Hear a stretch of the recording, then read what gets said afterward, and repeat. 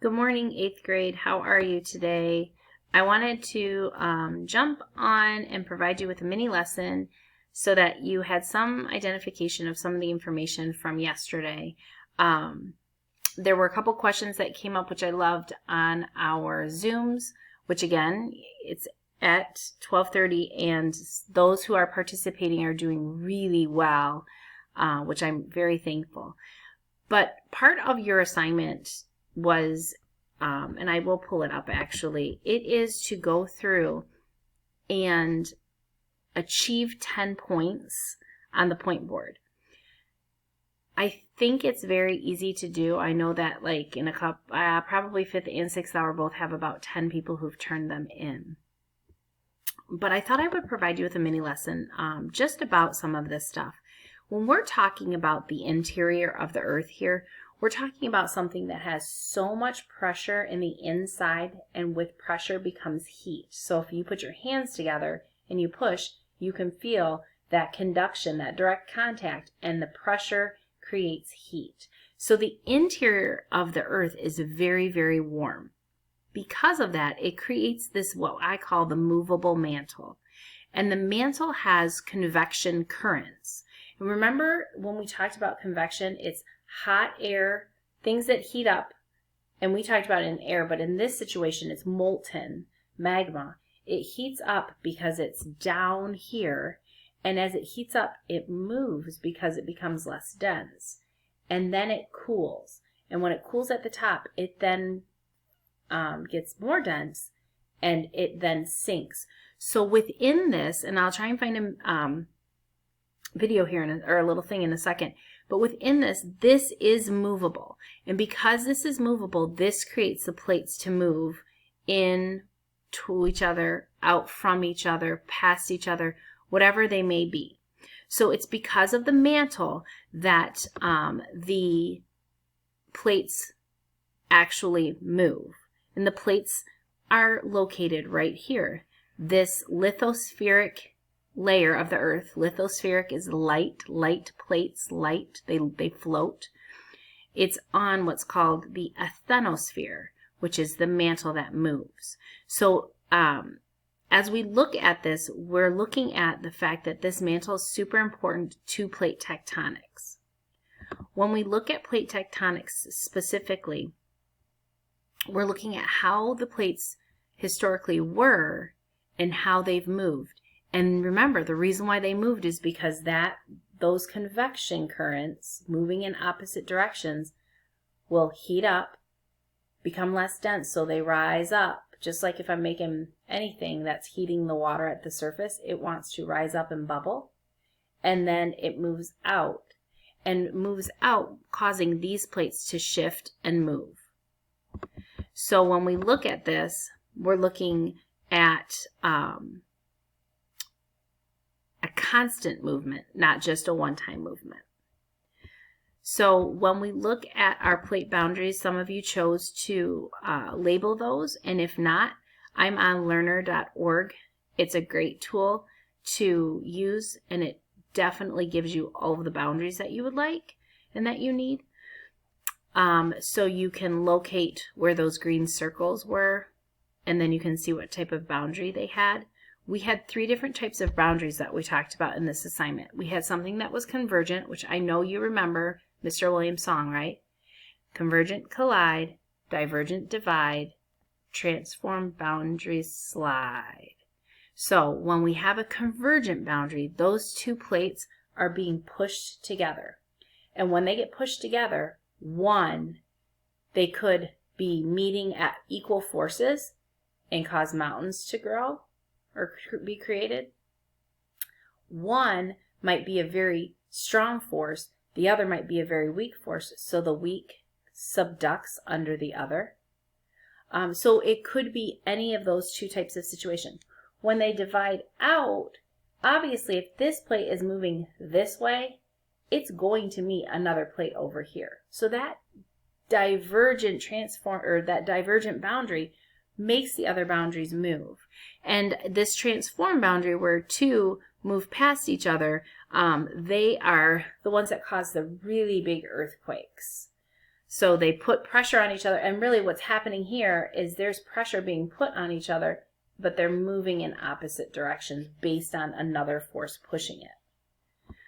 So when we look at some of these different things, if I wanted to find out in the assignment where the transform boundaries are, all I have to do is go ahead and click, and it'll show me between which two plates the actual boundaries fall.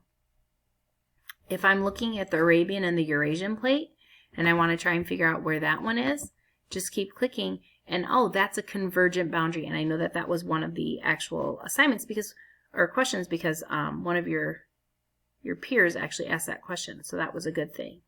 So, and then I can click off of these. Again, it's right here on learner.org. You can use this too. So when we're looking at those plate boundaries, we're looking at the fact that if I take these out, for instance, and I put the convergent boundary, and I'm looking, I like to look where I know, so I'm going to look right here. So I've got a convergent boundary. So one plate, another plate, one plate, another plate.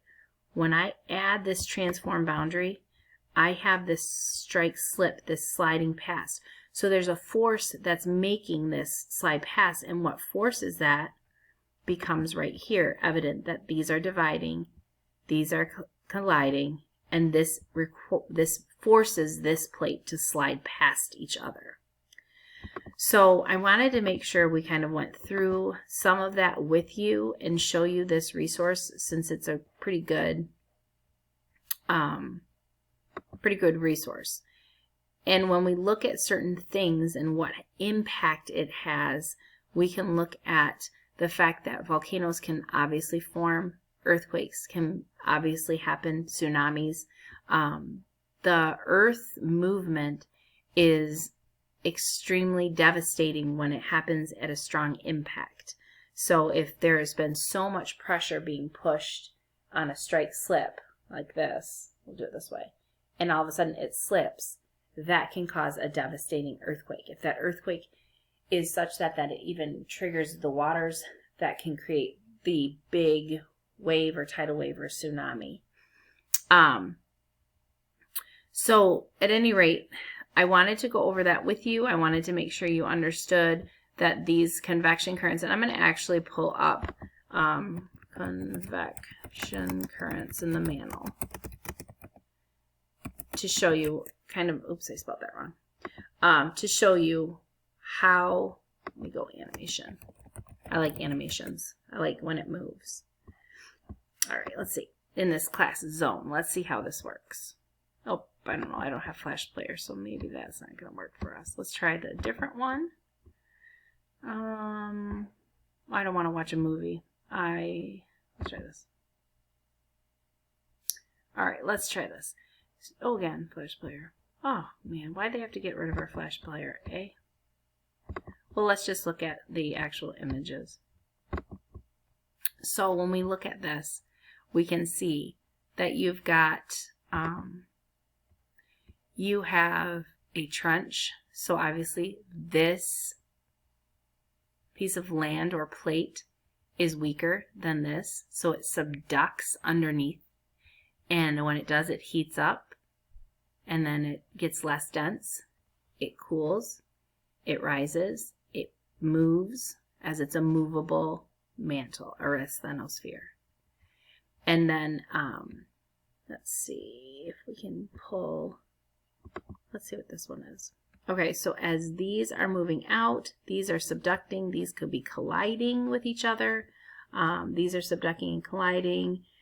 We know traditionally that oceanic, which this is, oceanic crust is going to be weaker than your continental crust, because continental crust is made up of granite. And so granite is a really, really strong, strong rock.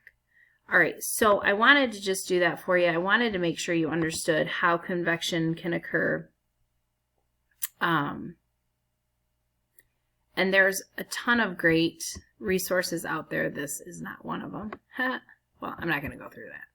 But I wanted to make sure you guys could look at and understand the movable mantle, and that's why plate tectonics occur and how different forces cause different things to occur within the crust.